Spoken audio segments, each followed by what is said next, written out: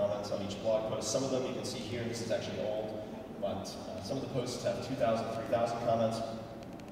And I have a few very basic rules. The first is make the rules clear.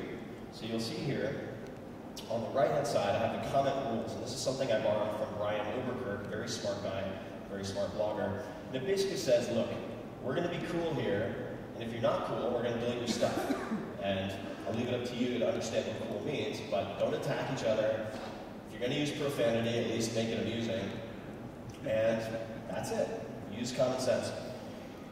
The zero tolerance rule that I have for comments on my blog is people attacking one another. They can criticize me. In some cases, they can attack me. They cannot attack other people in the blog. There's something called the broken window theory. This was seen in New York City subways. It's seen in neighborhoods. That you can correlate the degree of violent crime, the frequency of violent crime, to the number of broken windows. Because as soon as someone sees a little graffiti, they look at that as okay. If someone sees a broken window, they view that as an acceptable behavior. And it escalates. So you don't want to let that trend start on your blog. And I view it as my living room.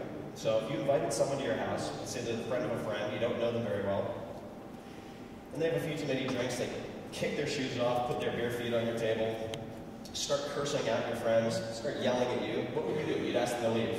Very simple. You'd ask them to leave, and if they didn't, you grab them by the ear, you'd yank them up off the chair, and you'd throw them outside. That's the general approach that I have on my blog. I have no obligation to publish negativity. And I don't think anyone in this room has an obligation to publish negativity. There's enough negativity in the world and online as is. I delete tons of stuff. There are some occasions where I will publish the most blatant criticisms. That's fine. I use WordPress, take the email, throw it into the moderation queue, so they always pop up in the moderation. And I think that is one of the most important elements that has contributed to this blog being as vibrant as it is.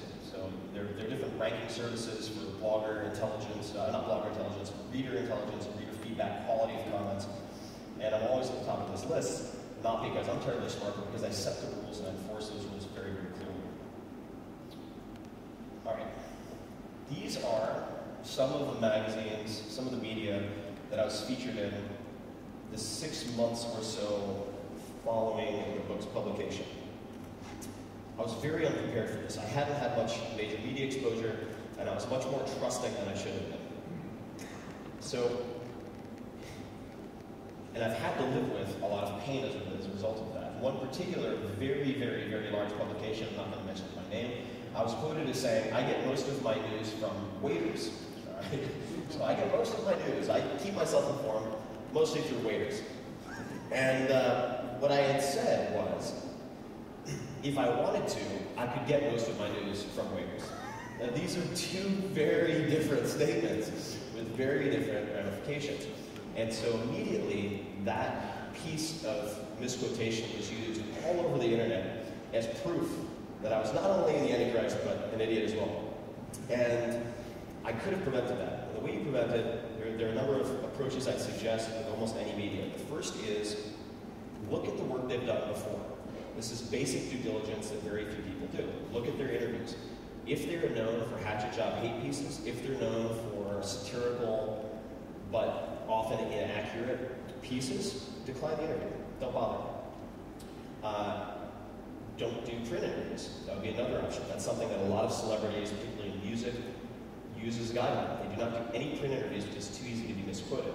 The approach that I take, because I do print interviews, is they're going to record the interview, even if they don't. I say, you know what, just a policy of mine, you don't care if I record this interview, do I? Or do you? Need more caffeine? I only have one Diet Coke today. And what that does is it keeps them honest. So I use Skype, and if they don't allow me to record it, I ask them why, and if they continue to say that they're not allowing me to record it, I don't do the interview. That way you have a record of what was said, you're not breaking any laws, and that will keep them honest. There'll be just enough insurance to prevent the type of problems that I experienced. And last but not least, see who they've interviewed previously, see who they're interviewing for the same piece. Right? So if it's a theme piece, if it's a trend piece, identify or ask them who they're interviewing besides yourself. You get a pretty straightforward, holistic view of what the piece is going to be like based on who they're interviewing. But save yourself a lot of trouble. If you get one really bad misquotation, it can cause you a lot of headache. So this is what I would call, or what I decided to call, looking for a headline for this slide, the cross-media trinity. Easy. And very simple. So I'm fine, how are you? Is avoid. All right, so I miss you.